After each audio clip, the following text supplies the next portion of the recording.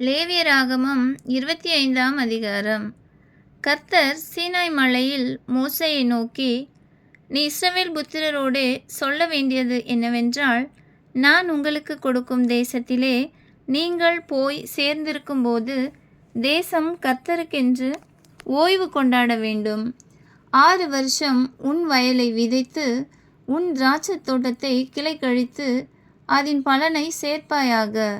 7ஆம் வருஷத்திலோ கர்த்தருக்கென்று ஓய்ந்திருக்கும் ஓய்வு தேசத்திற்கு இருக்க வேண்டும். அதில் உன் வயலை விதைக்காமலும் உன் திராட்சைத் தோட்டத்தை கிளை கழிக்காமலும் தானாய் விளைந்து பயிரானதை அறுக்காமலும் கிளை கழிக்காதே விட்ட திராட்சை செடியின் பழங்களை சேர்க்காமலும் இருப்பாயாக. தேசத்துக்கு அது ஓய்வு வருஷமாக இருக்க கடவது. தேசத்தின் ஓய்விலே பயிராகிறது உங்களுக்கு ஆகாரமாய் இருப்பதாக. உன் வேலைக்காரனுக்கும் உன் வேலைக்காரிக்கும் உன் கூலிக்காரனுக்கும் உன்னிடத்தில் தங்குகிற அந்நியனுக்கும் உன் நாட்டு மிருகத்துக்கும் உன் தேசத்தில் இருக்கிற காட்டு மிருகத்துக்கும் அதில் விளைந்திருப்பதெல்லாம் ஆகாரமாய் இருப்பதாக. அன்றியும் 7 ஓய்வு வருஷங்களுள்ள 7 வருஷங்களை எண்ணுவாயாக. அந்த 7 ஓய்வு வருஷங்களும் 49 வருஷமாகும். அப்பொழுது 7ஆம் மாதம் 10ஆம் தேதியில் எக்காள சத்தம் தொனிக்கும்படி செய்ய வேண்டும். பாவ நிவாரண நாளில் உங்கள் தேசமெங்கும் எக்காள சத்தம் தொனிக்கும்படி செய்ய வேண்டும். 50ஆம் வருஷத்தை பரிசுத்தமாக்கி தேசமெங்கும் அதன் குடிகளுக்கெல்லாம் விடுதலை கூற கடவீர்கள். அது உங்களுக்கு யூபிலி வருஷம். அதிலே உங்களில் ஒவ்வொருவனும் தன் தன் காணியாட்சிக்கும் தன் தன் குடும்பத்துக்கும் திரும்பி போக கடவன். அந்த 50ஆம் வருஷம் உங்களுக்கு யூபிலி வருஷமாய் இருப்பதாக. அதிலே விதைக்காமலும் தானாய் விளைந்து பயிரானதை அறுக்காமலும் கிளை கழிக்காமல் விடப்பட்ட திராட்சை செடியின் பழங்களை சேர்க்காமலும் இருப்பீர்களாக. அது யூபிலி வருஷம். அது உங்களுக்கு பரிசுத்தமாய் இருக்க வேண்டும். அந்த வருஷத்தில் வயல்வெளியில் விளைந்தவைகளை நீங்கள் புசிக்க வேண்டும். அந்த யூபிலி வருஷத்தில் உங்களில் அவனவன் தன் தன் காணியாட்சிக்கு திரும்பி போக கடவன். ஆகையால் பிறனுக்கு எதையாவது விற்றாலும் அவனிடத்தில் எதையாவது கொண்டாலும் ஒருவருக்கொருவர் அநியாயம் செய்யக்கூடாது. யூபிலி வருஷத்துக்கு பின்வரும் வருஷங்களின் தொகைக்கு ஏற்க பிறனிடத்தில் கொள்ளுவாயாக. பலனுள்ள வருஷங்களின் தொகைக்கு ஏற்ப அவன் உனக்கு விற்பானாக.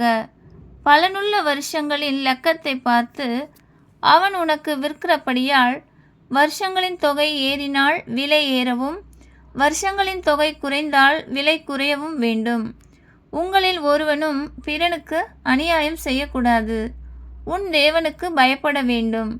நான் உங்கள் தேவனாகிய கர்த்தர். என் கட்டளைகளின்படி செய்து என் நியாயங்களை கைக்கொண்டு அவைகளின்படி நடக்க கடவீர்கள். அப்பொழுது தேசத்திலே சுகமாய் குடியிருப்பீர்கள். பூமி தன் கனியை தரும். நீங்கள் திருப்தியாக சாப்பிட்டு அதில் சுகமாய் குடியிருப்பீர்கள். 7ஆம் வருஷத்தில் எதை புசிப்போம்? நாங்கள் விதைக்காமலும் விளைந்ததை சேர்க்காமலும் இருக்க வேண்டுமே என்று சொல்வீர்களானால், நான் 6ஆம் வருஷத்தில் உங்களுக்கு ஆசீர்வாதத்தை அனுக்கிரகம் பண்ணுவேன். அது உங்களுக்கு 3 வருஷத்தின் பலனை தரும். நீங்கள் 8ஆம் வருஷத்திலே விதைத்து 9ஆம் வருஷம் மட்டும் பழைய பலனிலே சாப்பிடுவீர்கள். அதன் பலன் விளையும் வரைக்கும் பழைய பலனை சாப்பிடுவீர்கள். தேசம் என்னுடையதாய் இருக்கிறபடியால் நீங்கள் நிலங்களை அறுதியாய் விற்க வேண்டாம். நீங்கள் பரதேசிகளும் என்னிடத்தில் புறக்குடிகளுமாயிருக்கிறீர்கள். உங்கள் காணியாட்சியான தேசம் எங்கும் நிலங்களை மீட்டுக்கொள்ள இடம் கொடுக்க கடவீர்கள்.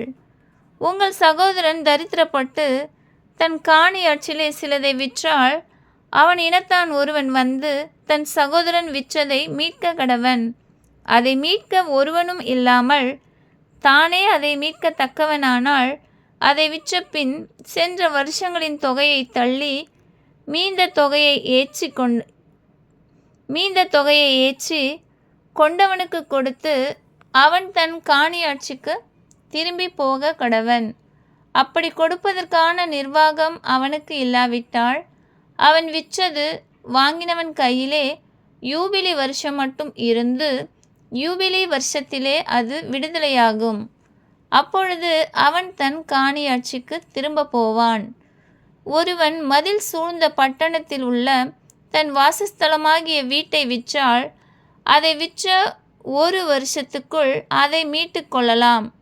1 வருஷத்துக்குள்ளாகவே அதை மீட்டு கொள்ள வேண்டும். 1 வருஷத்துக்குள்ளே அதை மீட்டு கொள்ளாதிருந்தால் மதில் சூழ்ந்த பட்டணத்தில் உள்ள அந்த வீடு தலைமுறை தோறும் அதை வாங்கினவனுக்கே உரியதாகும்.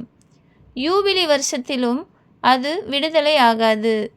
மதில் சூழப்படாத கிராமங்களில் உள்ள வீடுகளோ தேசத்தின் நிலங்கள் போலவே எண்ணப்படும். அவைகள் மீட்கப்படலாம். யூபிலி வருஷத்தில் அவைகள் விடுதலையாகும். லேவியரின் காணியாட்சியாகிய பட்டணங்களில் உள்ள வீடுகளையோ லேவியர் எக்காலத்திலும் மீட்டுக்கொள்ளலாம். இஸ்ரவேல் புத்திரருக்குள்ளே லேவியருடைய பட்டணங்களில் உள்ள வீடுகள் அவர்களுக்குரிய காணியாட்சியானபடியால் லேவியரிடத்தில் அவனுடைய காணியாட்சி பட்டணத்தில் உள்ள வீட்டை ஒருவன் வாங்கினால் விற்கப்பட்ட அந்த வீடு யூபிலி வருஷத்தில் விடுதலையாகும். அவர்கள் பட்டணங்களை சூழ்ந்த வெளிநிலம் விற்கப்படலாகாது. அது அவர்களுக்கு நித்திய காணியாட்சியாயிருக்கும். உன் சகோதரன் தரித்திரப்பட்டு கையிழைத்து போனவனானால் அவனை ஆதரிக்க வேண்டும். பரதேசியைப் போலும் தங்க வந்தவனைப் போலும் அவன் உன்னோடே பிழைப்பானாக.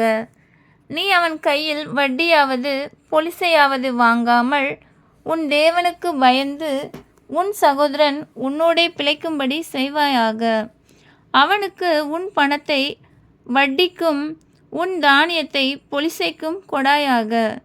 உங்களுக்கு கானான் தேசத்தை கொடுத்து உங்களுக்கு தேவனாயிருக்கும்படி உங்களை எகிப்து தேசத்திலிருந்து புறப்பட பண்ணின உங்கள் தேவனாகிய கர்த்தர் நானே. உன் சகோதரன் தரித்திரனாகி உனக்கு விலைப்பட்டு போனால் அவனை அடிமையைப் போல ஊழியம் செய்ய நெருக்க வேண்டாம்.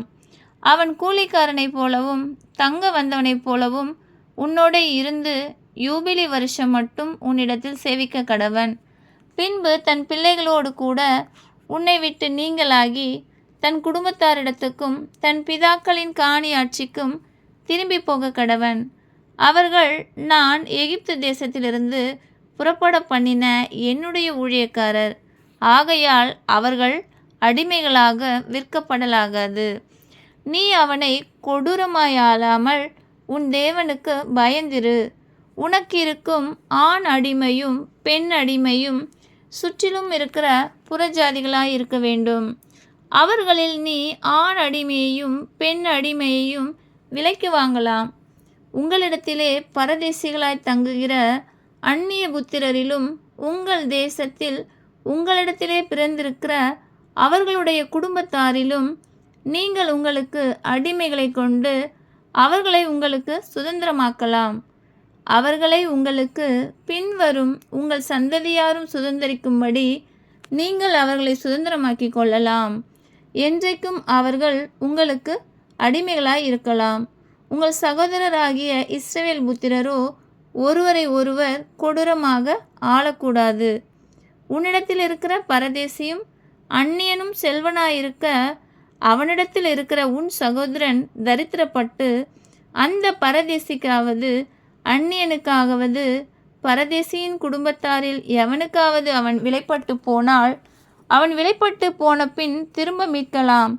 அவன் சகோதரில் ஒருவன் அவனை மீட்கலாம்.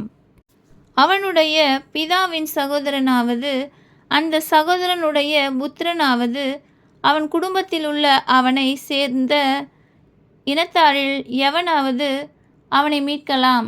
தன்னால் கூடுமானால் தன்னைத்தானே மீட்டுக்கொள்ளலாம். அவன் தான் விலைப்பட்ட வருஷம் தொடங்கி யூபிலி வருஷம் வரைக்கும் உண்டான காலத்தை தன்னை விலைக்கு கொண்டவனுடன் கணக்கு பார்க்க கடவன். அவனுடைய விலைக்கிரயம் கூலிக்காரனுடைய கால கணக்கு போல வருஷ தொகைக்கு ஒத்து பார்க்க வேண்டும். இன்னும் அநேக வருஷங்கள் இருந்தால் அவன் தன் விலைக்கிரயத்திலே அவைகளுக்கு தக்கதை தன்னை மீட்கும் பொருளாக திரும்ப கொடுக்க கடவன். யூபிலி வருஷம் மட்டும் மீதியாக இருக்கிற வருஷங்கள் கொஞ்சமே ஆனால் அவனோட கணக்கு பார்த்து தன் வருஷங்களுக்கு தக்கதை தன்னை மீட்கும் பொருளாக திரும்ப கொடுக்க வேண்டும்.